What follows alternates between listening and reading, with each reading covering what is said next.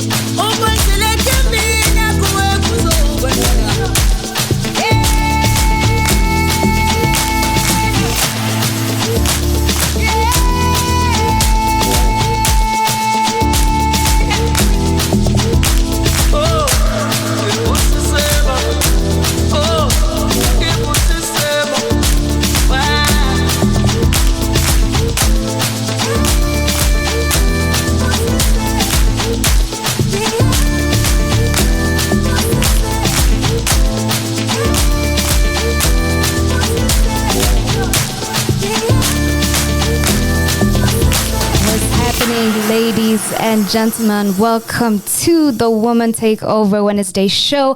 I'm your host with the most, Sonia, and I am super excited, super humbled to be hosting this show because I have an incredible guest with me here. But first, I'm going to give you guys a little background so that you can get to know who we are going to be talking to today. She is called Sofiya Nzau. She is our very own Kenyan singer, songwriter, and storyteller, known for her unique vocal style, blending Afro house, deep and organic house music. She is a Kikuyu, and of course she is stunning, and we love how she brings cultural authenticity into her music with Kikuyu lyrics. And honestly, I am super amped for this show because I am a super fan. Yani, you guys do not know. I am super excited. She is here with us. She is our woman taking over this Wednesday, and she's not just taking over the 254, but she is taking over the world. And I'd like to just say thank you to Sofiya Nzau for gracing us with her presence, and I'd like to give her a round of applause. I welcome her. How are you doing today, Sofiya? Good. Thank you so much for having me. Thank you so much for honoring this invitation and coming through. I first like to start this show with asking you how your day has been. How are you doing? How are you feeling today? Ukwaje? I've had a very busy day, but I'm feeling really good. I've had a chance to meet so many people today. I've had a headache that it's not going away. Oi. But at the same time, it's an exciting day. Yeah. I'm happy to be here. Man, like it is honestly surreal to have you here because we are such big fans of your work here. Yeah. And being a Wednesday, we like to celebrate our women. So that you are here, I want the listeners to be able to get to know you, to be able to understand your journey. And I want us to start from the beginning. And I want to know when you figured out that you could sing. When did you figure out you're like, okay, I have a voice? Niko na kitu. When was that moment for you? Growing up, I was a really big singer. I was doing music in church a lot. I was doing Sunday school, junior youths and senior youth, and also in school. So, but at that time it was just, I can sing. I have a good voice. I can sing. And that time it was more of a competition with other people who can sing too. But that was it. It was just about singing in a good voice. Yeah. And then once I finished high school, I joined another church in Thika. That is where I met my husband and other people who were actually doing music professionally. And I was like, okay, this thing is not just singing. Yeah. It's something more. And we started doing vocal training and all that. And I was like, oh, this is nice. Yeah. But it's complicated and it's good. And then they introduced me to studios and recording and all that. And I was like, oh, I actually do have something. Yeah. Yeah. I want to know, as you were being taught about music, how was that for you? Were you like, hey, Ebu, wait, it's too much. Maybe I need to think about something else. Yeah. How was that for you?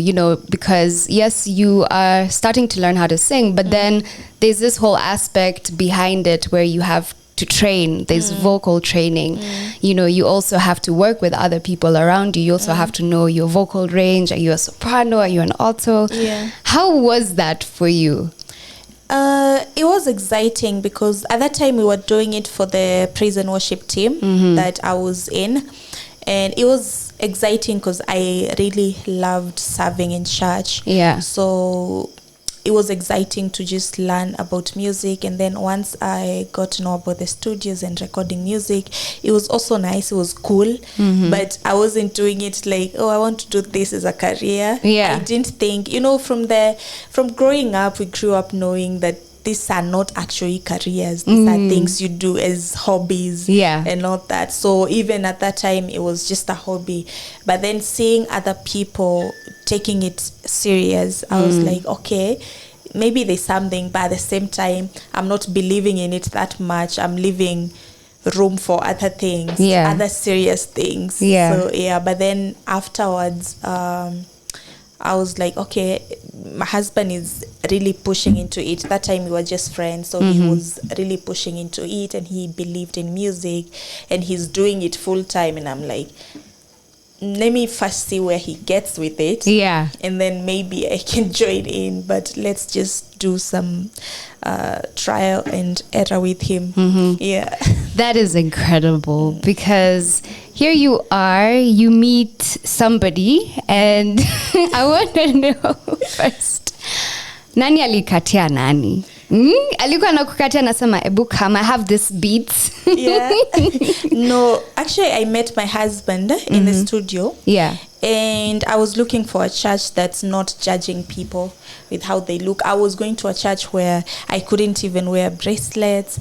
And, my way of styling is very different. So they were they were not comfortable with it. And then we met in the studio and I'm telling them these stories because they were also believers, and they were going to church. And then he's like, you should try our church. He wasn't even serious about it. He was just mentioning it. They were actually new. And they're looking for new people. So he's like, you should join our church. You should come visit. And then I visited one day and I was like, this is actually the place I want to be. And then we were not that close at that time. I joined worship team. We started being friends here and there, and then we became best friends. And then now it just happened. So at what point do you guys start making music together? I think immediately after he realized that I can sing, since he's a producer. And then we just started doing some music. I'm going to him for production. And then if he wants one day he wanted a chorus and he was like, can you help me with a hook here? Like that. So that's how it started.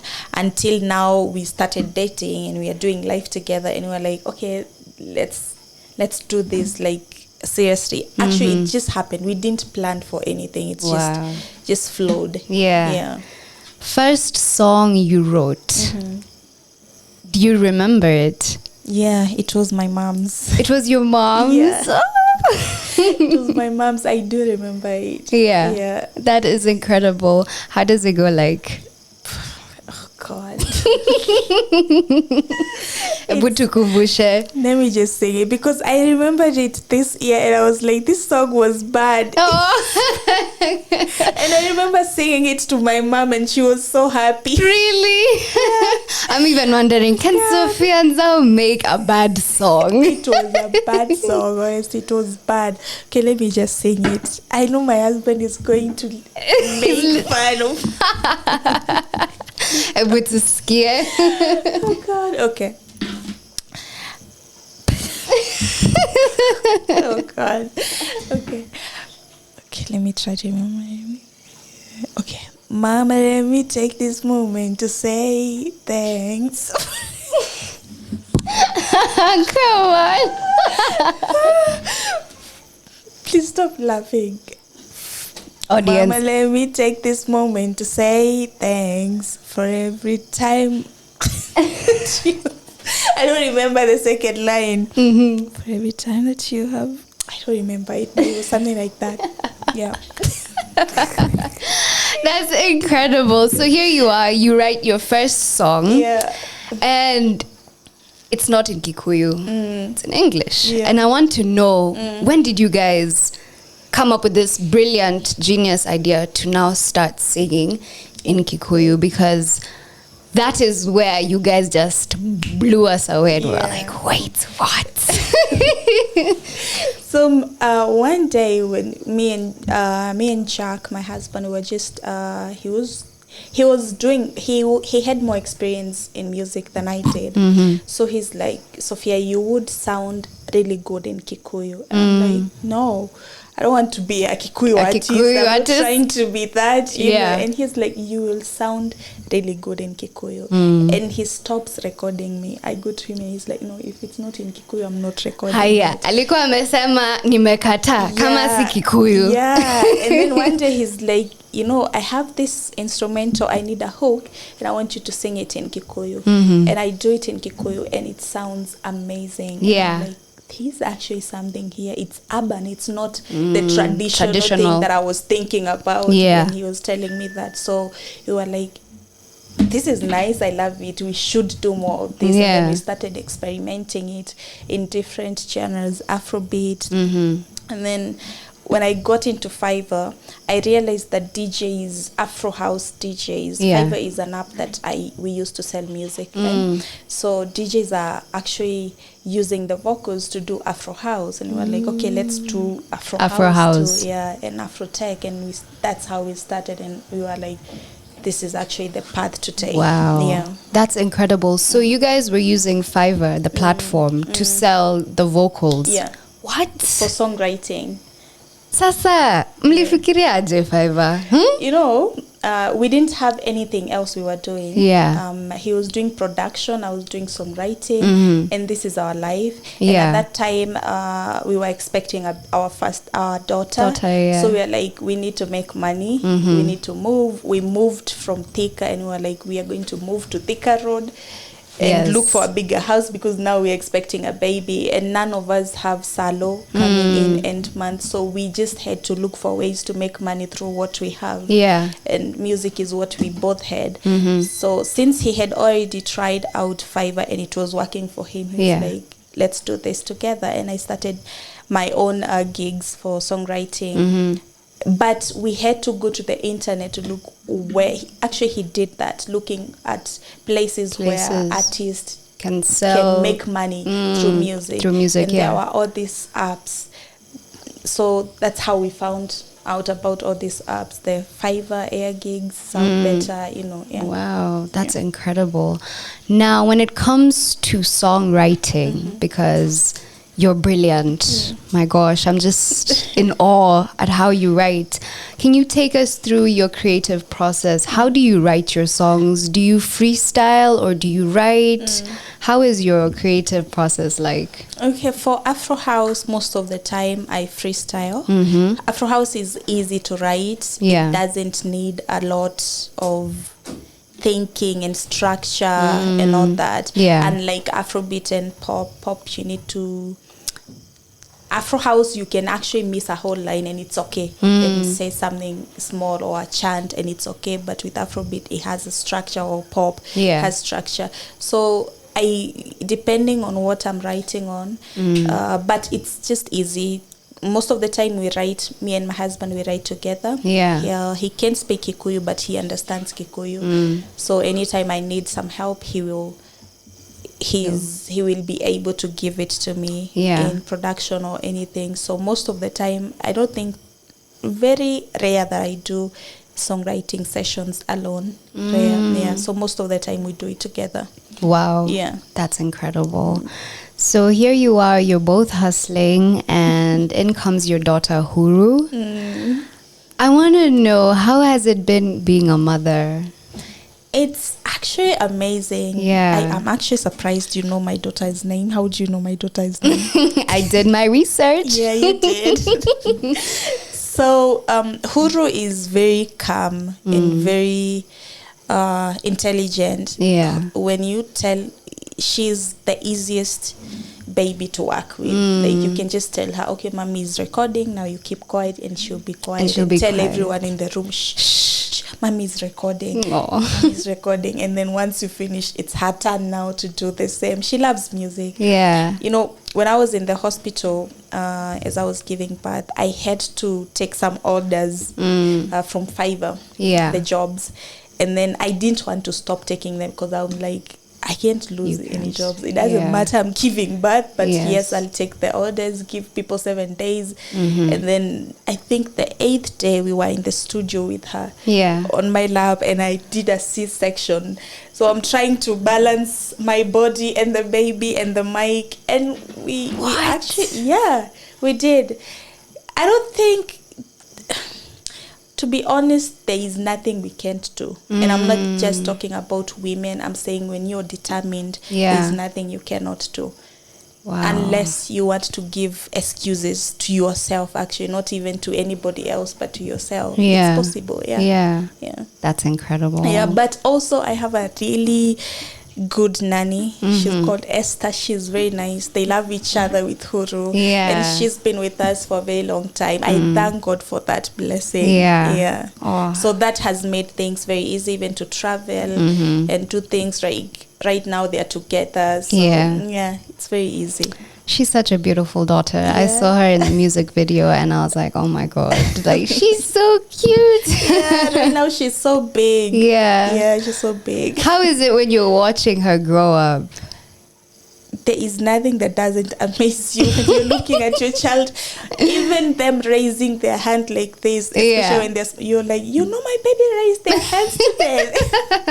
They raise their fingers. Like, everything is a milestone, and you're excited about it. Like, yesterday she was like, she saw this big TVs, the ones for advertisement on the road. Yeah. She's like, there is a gigantic TV. And I'm like, who taught you that word? Yeah, so it's very exciting to see her explore the world for herself. Yeah. Like, let me tell you, I don't know if you have a child, but most of the time, you don't teach these kids anything. True. Like, 80% is what they pick see by themselves. Yes. Yeah, it's not what you teach them. Yeah. And it's nice to see that kids are not babies. They're grown people just with small bodies. That is what I've come to realize. That is so true. Now let's talk about your challenges. I want to know what challenges you faced as an upcoming artist, and how did these experiences shape you? I think the first few our years that we were doing music, we didn't know a lot about music. Things like royalties, payments, and all those things. So we had to go through a few eras of giving away music that we didn't get anything other than the work for hire things. Like, you don't know, how do you go about this? How do you ask for it? Remember, at this time, you're doing this music for business, for money. For money, so you don't want to start talking about royalties, and then that client is like, no, because these apps are full of artists that can sing, and it's singing good. Yes. So you're not just the only person there who can do the singing. So when you bring in the royalty conversations, you're like, maybe I'll lose the money. So you hold back. You know, you don't know how to bring this conversation. And is it legal? Is it not? You know, what are your rights? What are not your rights? So we've had to go through that, and also to learn how to approach such situations, what to do and what not to do. Also to know that not everyone is here to help you. We've made some really bad deals with people. We've signed some very bad contracts with people without even know. You don't even know what this contract means. You're just signing. Yeah, you're just signing. You're just doing this thing. So, and also another thing is visas. It's really hard for artists to get the visas. That is true. It's just hard. And then you lose so many opportunities, you know. And people are out here just saying, oh, Sofiya Nzau, you did Mwaki, so what are you doing now? And they don't know what you're going through. You know, they just want to see you moving, and they don't know what's happening. You know? Yeah. So those are some of the challenges that we've had to go through. Yeah. And I'm talking to you now, and I'm just getting strength. Like, you are somebody I can see who really puts her all into her work, and I can see it from your music to your music videos. You know, everything is so professional, and it's because you've had to learn, and you know, you're going and you're learning as well.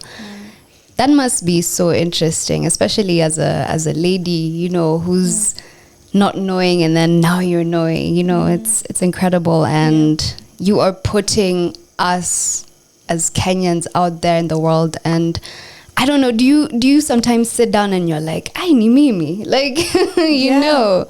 Yeah, all the time we sit and we're like, we cannot explain how we got here other than saying, Ni God too. Ni God too. Yeah, Ni God too. Yeah. Honestly, yeah. Mwaki came, and I think Mwaki is the song where a lot of Kenyans got to now hear of Sofiya Nzau. And I want to know, what was the inspiration behind this song? And when you were recording this song, did you know it was special? Like, did it sound special? Were you like, there's something here? Yeah. So we did Mwaki. We were actually doing something different. We were looking for something different to do. And we started doing vocal packs.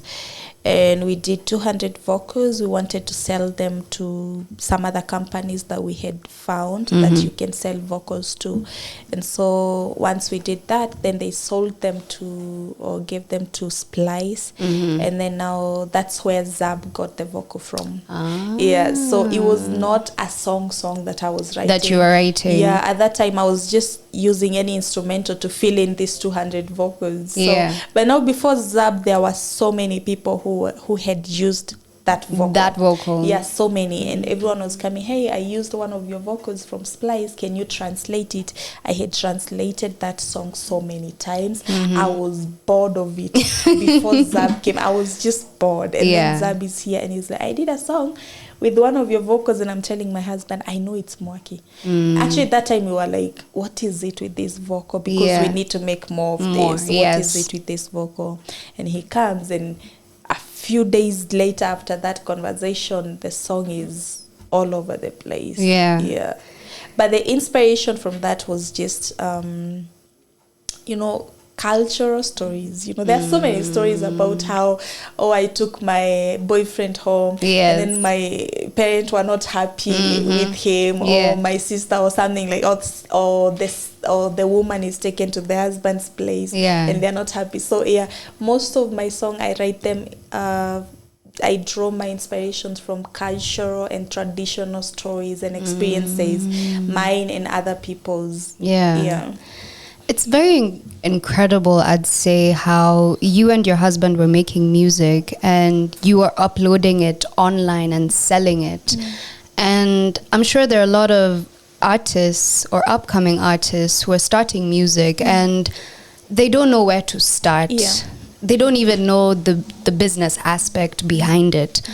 But you have been able to do it online and be successful, and I feel like that's been a very different route than what we're used to seeing. You know, people will come up with like a dance move, post it on TikTok, and then hope for the best. But now here you are, you've come up with like a new method, and I'd want us to talk a bit more into this. Maybe you could give the people listening maybe advice or how to start or where to even begin, you know, when it comes to their music. How should they be able to make money, especially if they want to do it just to make money?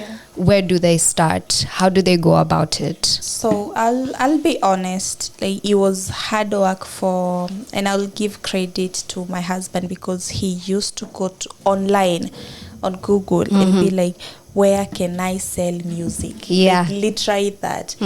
Apps where you can sell music. Apps where I can sell vocal packs. You know, how do I sell how can I make money through music? Like, literally that. And there would be suggestions, and then we would try all those suggestions. I remember there was a time he was selling instrumentals, and he used to send 300 emails.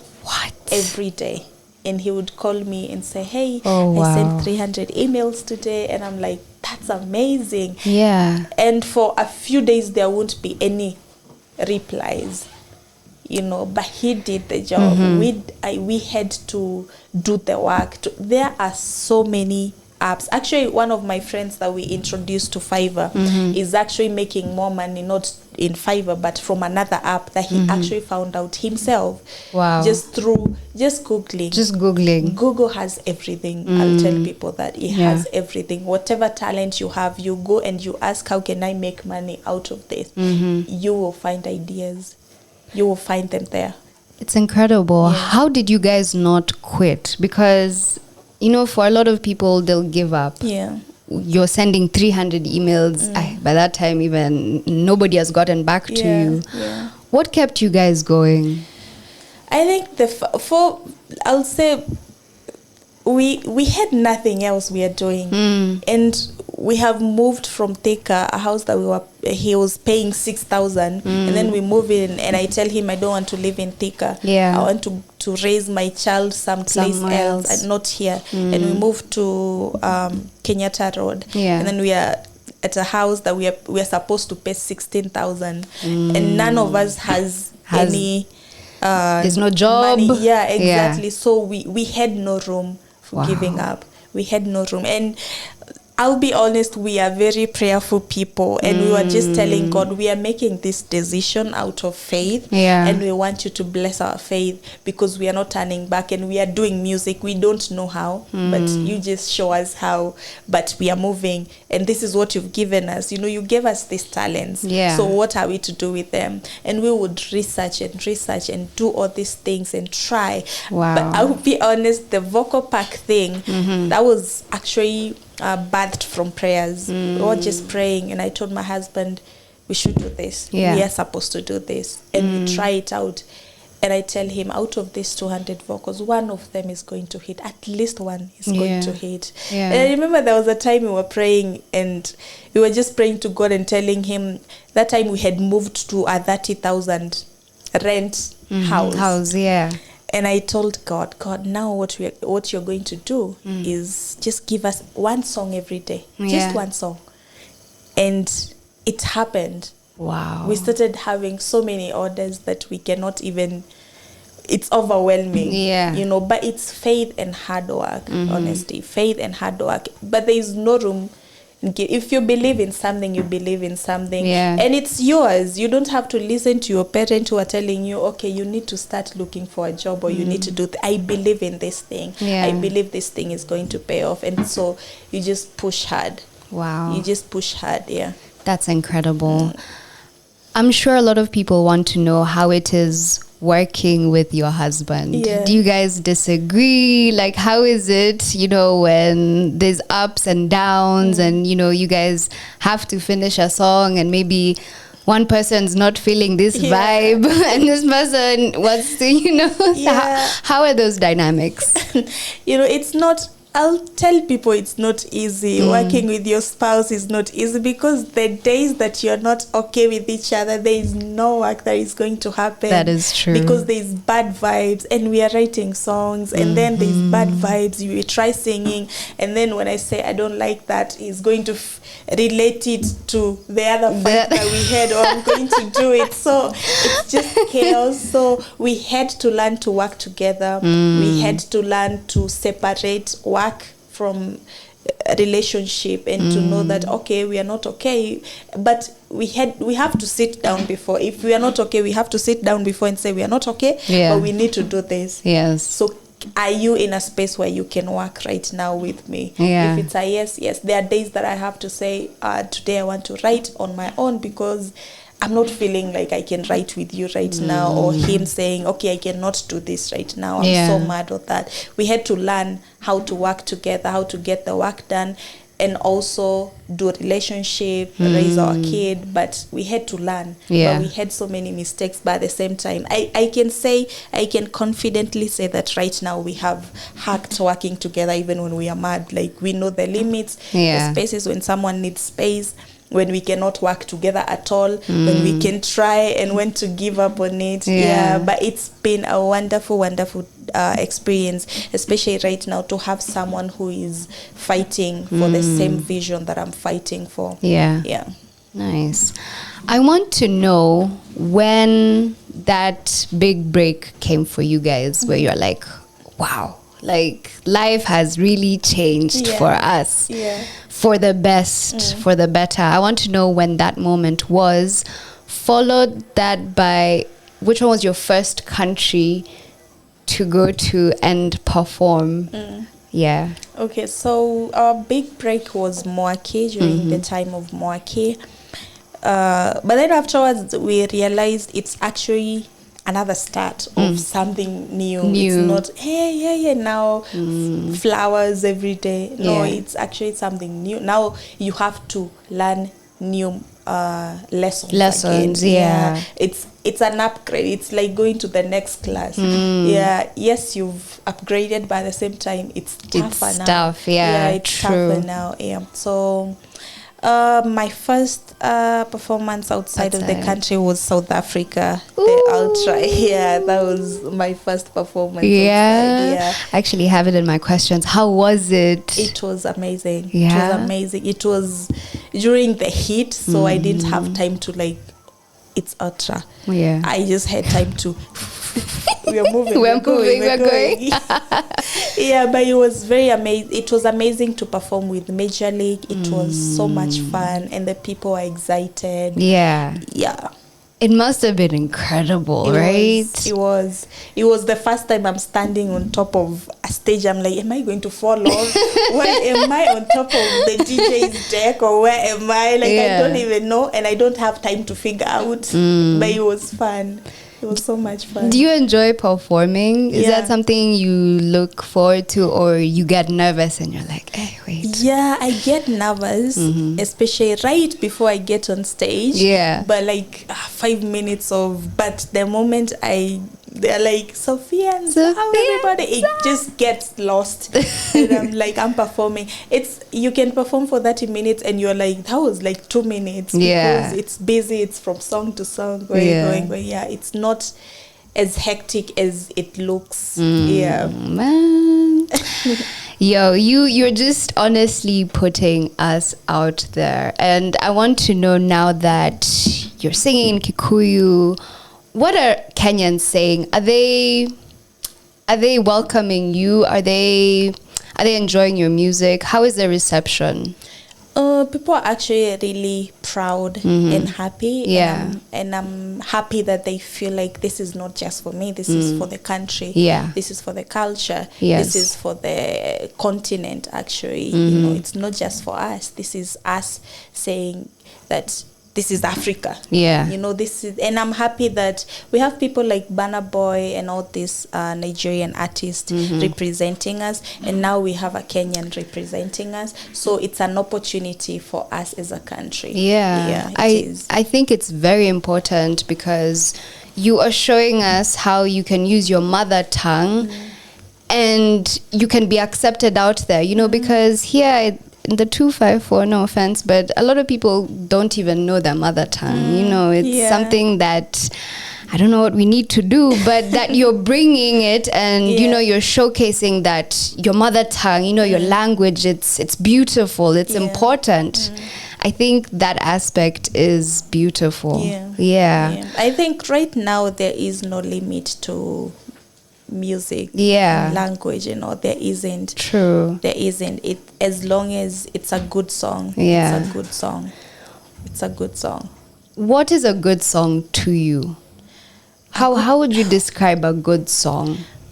When you listen to a song, you can tell a song that someone really put their effort into, and okay, this was a joke. Yeah. So a song that someone put their time, their talent, and tried hard to make it sound good, look good for the visuals. Yeah. The instrumental is good, the mastering is good. Not just, you can have a good voice, but if it's not mastered well, it's not a good song. It won't be a good song. Yeah. You won't be able to hear your vocals. So a good song is where someone has put energy, invested money, invested everything there is to be invested in for a song to be a good song. Because we can't be competing with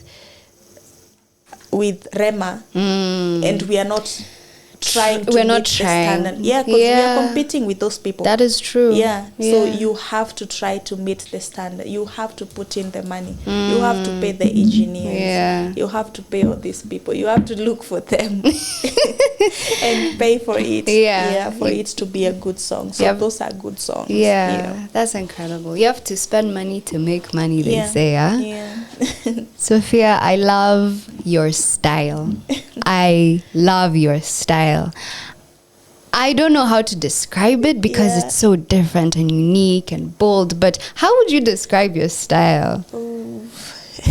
It's so dope. Like, you know, every time I look at something you worn or like your hair, and I'm just like, yo, this girl is so dope.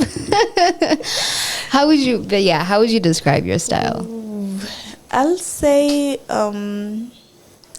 bold. Or let me just say it's like a rainbow. I love colors. I love colors. I love experimenting with them.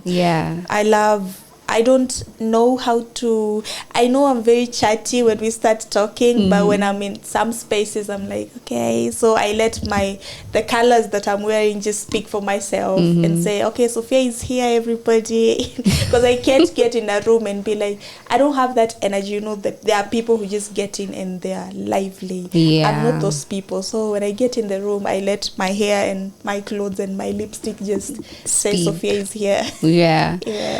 It's incredible. You've been able to work with so many different people. I want to know who you've worked with that stood out to you. Yeah. Let me say South Africans. They are they are hard workers. Yeah. I have done sessions in South Africa until 2 a.m. and we're like, oh my God, it's true. They love and they enjoy making music and they do it with so much love. They're not there to prove to you that they are good producers or good artists. They're there to make good music. That is why they're there. And they do it together. Like we had a session once and we were like 5 producers together. And no one is trying to shine the other brighter than the other one. No, everyone is here to make good music. That was very unique to see and very amazing to see. Nice. Yeah. So you are an incredible singer, incredible songwriter. Have you thought about doing maybe music production? Have you thought about maybe learning a new instrument? No. I can record myself. I can do that. But production, I feel like I have my husband there. Why am I Why? But I thought of DJing, and then I was like, okay, this is too much. I don't have the time to do this. So I'm okay here. Incredible. Let's talk about this collaboration on Meta with Fireboy and Nomsebo came about, and what was that experience like, and how has the reception been? Because we listened to it just before we started the interview, and I listened to it the whole of today, and it's really, really good. I want to know how the collaboration came into being and how the reception has been so far. Okay, so we were in South Africa doing some work, and then Nomsebo heard that I'm in South Africa. She's like, can you come? There's a song that I have here that I want you to put a verse on. So when you get time, please pass by. And then I go to her studio, and then it was the first time meeting her. And I'm so excited. And she's a big deal to me. And I listened to the song, and they have already done their verses with Fireboy and Nonsebo. They did their verses in LA. They meet in LA, and then they did their verses, and I'm like, okay. And you're listening. It's Fireboy. Okay, now I have to match the energy. I have to kill this. So we stayed there for, I think, 30 minutes, and I'm like, okay, I'm ready. And I dropped the verse, and they're like, this is nice. This is good. And that was it. Really? And that's how we finished the session. What? How long was that? Like one session? Yeah, just one session. That's incredible. But it was amazing. It was amazing. Because even meeting them, it's not like, hey, I'm Fireboy and I'm Nonsebo. I've been here for a very long time. So please respect. It's just we're human. We're just nice people. How do you feel when you're meeting all these big stars? Like, people probably you're looking up to. You. How do you feel? Like, do you get starstruck? Like, how does that happen? I try to stay collected. But the good thing is they are not what you expect them to be. Like, they'll get in the room and there will be the stars here. They're just human beings and very calm and very quiet. That's the best thing about meeting the stars, just to see actually they're not, when we look at the picture we interpret them as but when you meet them, they're like, hi, how are you? Exactly. So that's the best thing about meeting artists, just to see the human side of them. Apart from music, which you love doing, and I'm sure you do a lot of, what else do you like doing?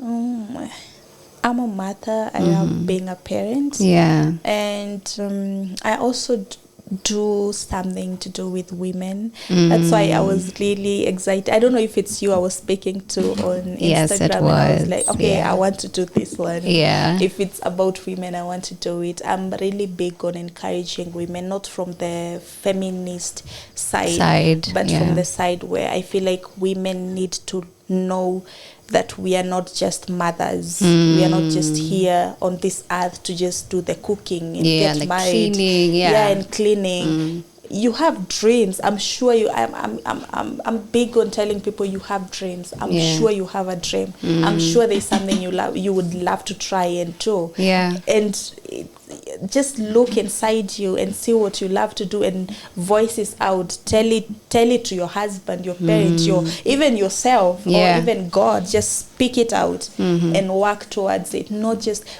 we have time. True. I know we are busy doing parenting and all these things, but I am 100% sure we have time to even to follow our dreams. Yeah, we have time. True. And women have so much. If we can, I don't know, maybe we have men listening to us today. Yeah, I want to encourage you to go and ask your wife, what's your dream? What did you want to be? What do you love doing? Because after, when we grow up, when we are like 25 there, that's when we actually start discovering what we actually like. True. So I want to encourage every man today to go and ask your wife, what is your dream? What would you love to do? Other than what you do right now, what else would you love to do? So those are some of the things that I do. And I also want to try tailoring. Really? Please. Like, oh my God, you should just come up with like your dope designs. Trust you, B, we will buy. Yeah. Clothes, whatever it is, jackets, but whatever it is, please. Perfect. I want to try tailoring. I love it, and I've loved it for so long. That would be incredible, honestly. Now I have 2 last questions before we have to love and leave you. And somebody here is asking, let me just get the questions. So Kevin is asking, now that you are a star, how do you deal with fame? Surprisingly, people don't actually know me. I can go anywhere. I can go people will notice the hair, but they are not even sure if it's me. If it's you. They are not even sure about my name. So it's been very easy. I can go anywhere. I actually do gekomba very well.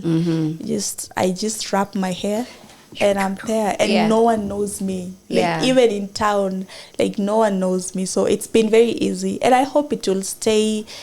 I really want to go to the market and do my shopping very quiet, hopefully. I know it's going to get crazy, but at the same time, I don't want to stop doing the things that I love to do. You love doing, I hear you. Sharon K is asking, are we expecting any new music from you? So much. I have other than Meta, I have another song coming out very soon, and I have my singles coming out. Next year, I'm planning to do maybe an EP or an album, and there will be incredible people on it. Expect that. So, I can only imagine. For me, there's a song that I like. I think it's called Ghost. I'll be dancing. Oh, I did Ghost with my husband. That's my husband. That's your husband. Yeah. Yo, that song is so beautiful. Like, it's so beautiful. It's one of my favorites. Thank you so much. Yeah. Now, there's one question, and this one I'm going to be asking you, because since this is the Woman Takeover Wednesday show, and we are celebrating our women and celebrating you, I'd like to ask you, what do you love most about being a woman? I think it's the fact that we think so quick. We have answers. I've spent time with women. And I can tell you, and I'm not trying to shame the men or anything. That's why I said women have so much. We just don't know it, and we don't believe it. And the society, this fight of men and women have made it look like we are trying to compete when we are actually bringing new ideas or something. And it's not competing, it's just that I know this thing, but now it won't be seen as this thing. It will be like you're trying to overstep, So the fact that we can be calm even when we know something, and we are like, okay, you do that. And then you'll come back for my idea because I know it is going to work. I think that's incredible. The fact we are able to swallow our pride better. I think the thing of us being taught how to respect men has helped us so much in swallowing our pride and being calm about it, not being aggressive and all that. I think that's an incredible character to have. Incredible. I just want to thank you so much for honoring our presence. Honestly, Sofiya, you are a star. You are incredible. You are pushing us out there. And just being able to watch you grow is incredible. So I just want to say thank you so much. Please continue pushing, continue releasing incredible music. Just continue, honestly, because you are such an inspiration. Thank you so much. A lot much. of young women look up to you. A lot of Kenyans look up to you. You are just doing incredible out there, and I just want to say thank you so much. Thank you so much for having me. I know we've been talking and trying to make this happen. It's okay. But I feel like it happened at the right time. Exactly. Yeah, because I wanted it to have something meaningful happening, not just quick one. Yeah. But I'm happy we did this. Yes. Yeah. Thank you so much. And please give us any last words of wisdom, anything you want to tell the listeners, anything you want to love and leave us with. Yeah. First, I want to say thank you so much to Kenyans for supporting me in my music and for holding me down. And also, I want you guys to go and stream Meta and enjoy the song, and also continue supporting our artists, continue pushing, continue working hard, continue looking for something unique and original that you can do. Be your own self. Don't try to be like someone else. Just be yourself and everything will work out. Yeah. Awesome. Thank you so much, Sofiya Nzau. And I am going to be playing Meta for everybody tuned in. This is the Radio 254, and this is Woman Takeover Wednesday. Moya kubantwana bakho njengokuba wenzile nakimi onomono